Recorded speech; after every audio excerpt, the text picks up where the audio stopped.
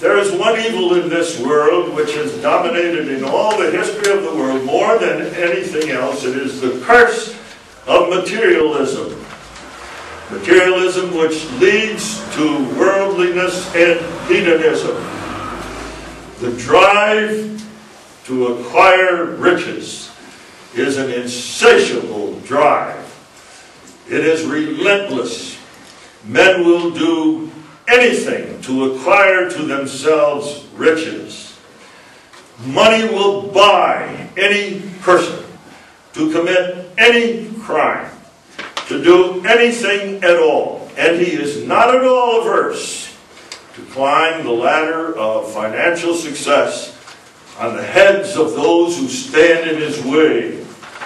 Rich men think nothing of the poor.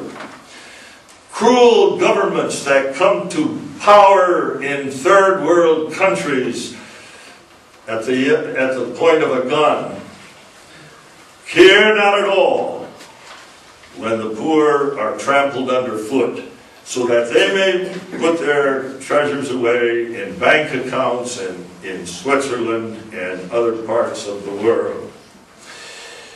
When it was said, for example, to the military regime that rules in Myanmar, that cruel military regime which came to power by force and by the overthrow of the duly elected president, that many in the country were starving to death because all the wealth of the people was being taken away from them and was finding its way into the coffers of the military.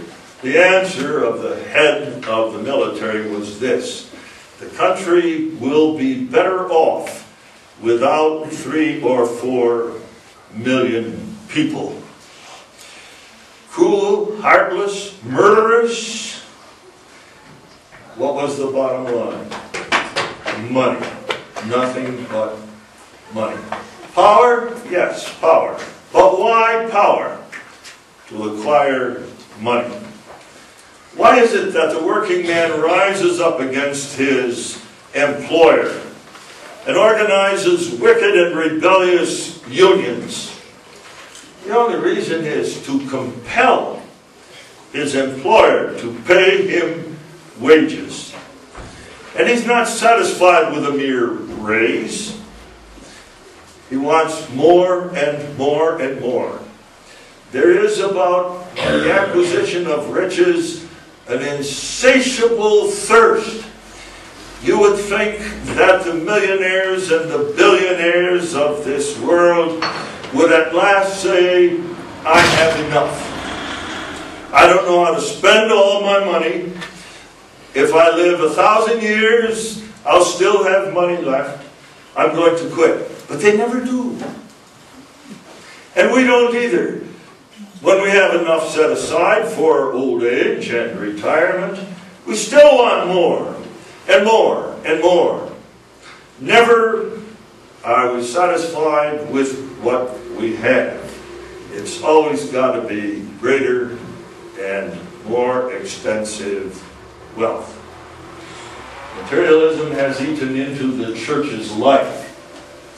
Not in all countries.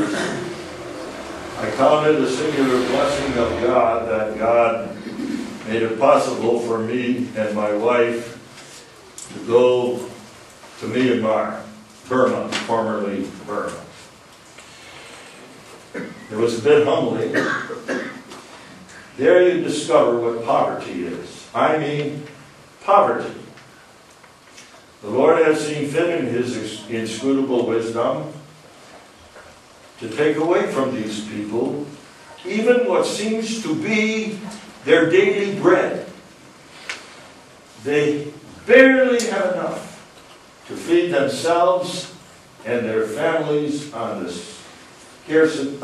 few bags of rice which they can buy with their small wages. Yet we discovered a contentment among these people that put us with our affluence to shame. going to tell you a little story about an experience we had there. My wife carries with her in her purse what she calls her brag book.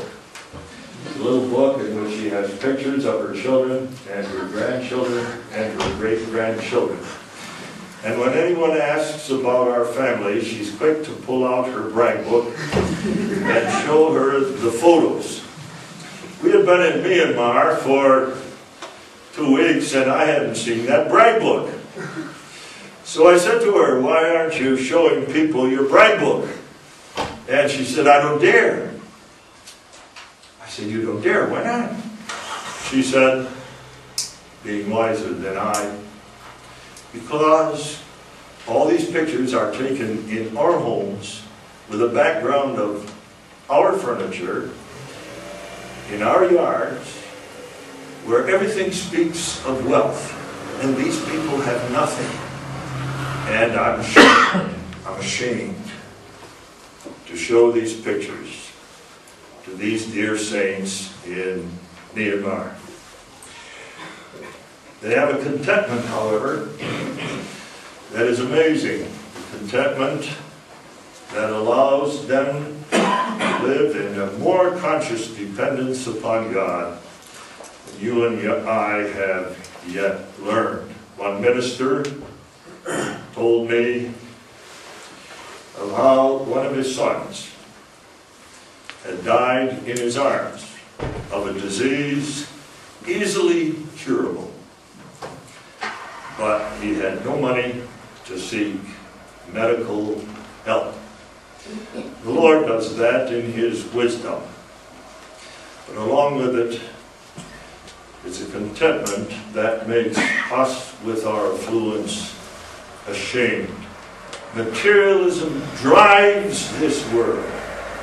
I'm not going to talk so much about that tonight. I'm going to talk about what the Word of God says to us, God's people, who are influenced more than we care to admit by the materialism of our times. First of all, it's important that we understand that the problem we face is a problem that was by no means unique to us. It's a problem with which the church struggled throughout all her history.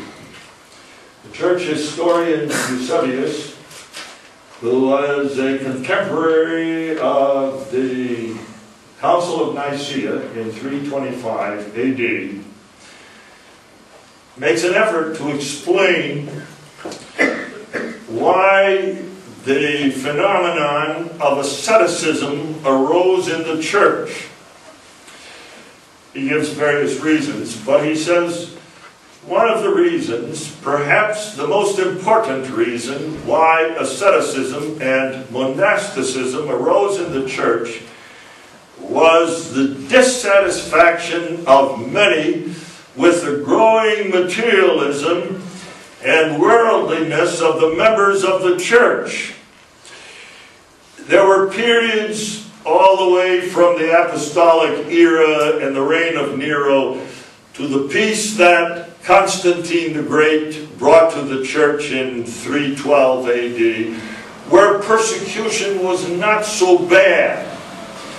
And Eusebius takes note of the fact that while persecution proved to be to the spiritual benefit of the people of God, when persecution ceased, there was this mad rush on the part of the churches to build cathedrals, to stack them with treasures, to live, if clergy especially, but no matter what one's calling in life might be, in wealth that was unattainable in times of persecution.